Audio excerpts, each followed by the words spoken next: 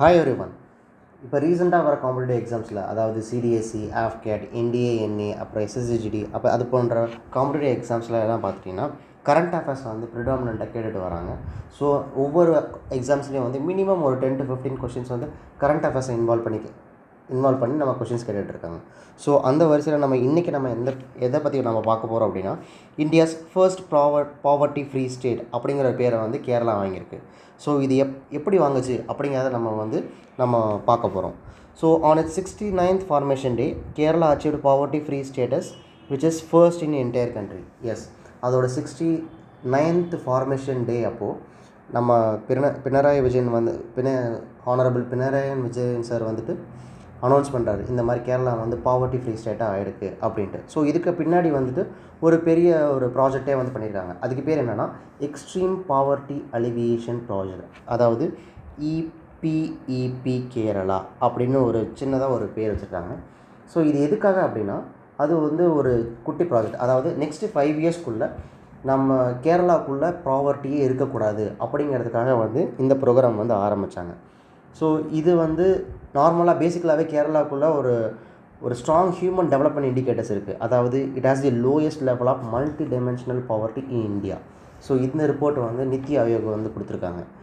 அதனால் என்ன பண்ணுறாங்க அப்படின்னா, outside social support system வந்து அதிகமாக யூஸ் பண்ணாமல் நம்மளே வந்து உள்ளுக்குள்ளேயே நம்ம வந்து ஒரு ப்ராஜெக்ட் வந்து யூஸ் பண்ணுறோம், அதாவது நம்ம வந்து இம்ப்ளிமெண்ட் பண்ணுறோம் அப்படின்னு சொல்லிட்டு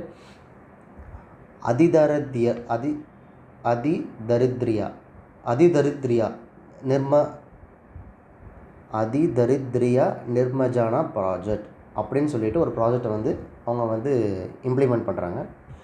அதாவது extreme poverty alleviation project. So alias மாதிரி தான் வச்சுக்கோங்களேன்.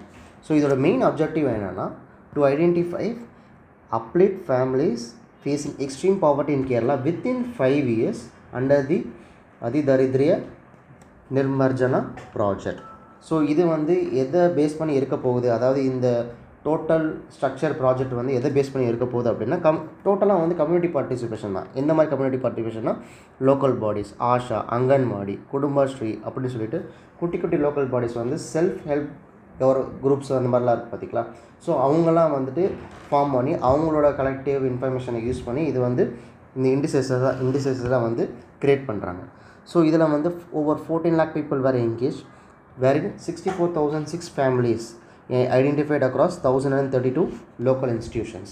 And families are assessed using the stress factors. என்னென்ன ஃபேக்டர்ஸ்லாம் அவங்க வந்து பேசிஸாக வச்சுருக்காங்க அப்படின்னா, food, health, income and housing. So இவங்க வந்து ரொம்ப பேசிக்காக இருந்து ஆரம்பிக்கிறாங்க. எந்த மாதிரி ஆரம்பிக்கிறாங்க அப்படின்னா, அவங்களோட பேசிக்கான விஷயம், அதாவது என்ன, ஆதார்.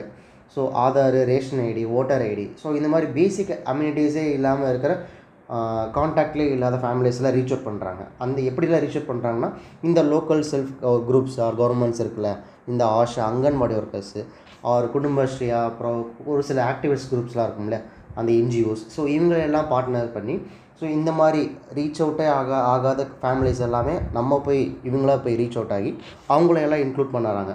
அவங்கள வந்து ஆதார் ரேடருக்குள்ளேயோ, ரேஷன், ஓட்டர் ஐடி, இந்த மாதிரி பேசிக்கான ஒரு ஐடென்டிட்டியை வந்து அவங்களுக்கு கொடுக்குறாங்க. ஸோ இது எல்லாமே வந்து ஒரு micro planning and support measures மூலியமாக அவங்க வந்து பண்ணிக்கிட்டு இருக்காங்க. அதாவது பேசிக்கான ஒரு ஹெல்த் இன்சூரன்ஸோ, ஒரு சோஷியல் செக்யூரிட்டி பென்ஷன்ஸு, இது எல்லாமே க்ரியேட் பண்ணி கொடுத்தாங்க. So digital MAS tracks needs and progress. Kudumbashree acts as a community monitor. So once இது வந்து அவங்க அண்டர் தி அம்பர்லாக்குள்ளே வராங்க அப்படின்னா, அந்த குடும்பஸ்ரீங்கிற ஒரு குரூப் ஆர் என்டிட்டி என்ன பண்ணுது அப்படின்னா, அதை வந்து ட்ராக் பண்ணுது. ஸோ அவங்க வந்து அப்லிஃப்ட் ஆகிறாங்களா இல்லையா, அதை வந்து அவங்க ஃபேமிலி எப்படி இம்பேக்ட் ஆகுது அப்படிங்கிறத மானிட்டர் பண்ணிட்டே வராங்க. ஸோ அவங்களோட மெயின் கோலே என்னென்னா, achieve zero extreme poverty through inclusive governance, social equity and data driven action. So இருக்கிற டேட்டாவை யூஸ் பண்ணி லோக்கல் கவர்மெண்ட்ஸ், அதாவது வெளியே இருந்து எந்த எக்ஸ்டர்னல் எஃபர்ட்ஸு ஆர் எக்ஸ்டர்னல் ஹெல்ப்போ கேட்காம கம்யூனிட்டி ரீச்சோடவே, அதாவது பக்கத்தில் இருக்கிறவங்க நம்ம தான் பார்த்துக்கணும் அப்படிங்கிற ஒரு மனநிலையில் அவங்க வந்துட்டு அந்த மாதிரி ஒரு சப்போர்ட் குரூப்பை க்ரியேட் பண்ணி அவங்க வந்து இந்தியாஸ் ஃபர்ஸ்ட் பாவர்ட்டி ஃப்ரீ ஸ்டேட்டை அட்டெண்ட் பண்ணியிருக்காங்க நம்ம கேரளா. ஸோ இது மாதிரியான இன்ட்ரெஸ்டிங்கான கரண்ட் அஃபேர்ஸை வந்து வாட்ச் பண்ணோம்னா stay tuned. Thank you. Jai Hind.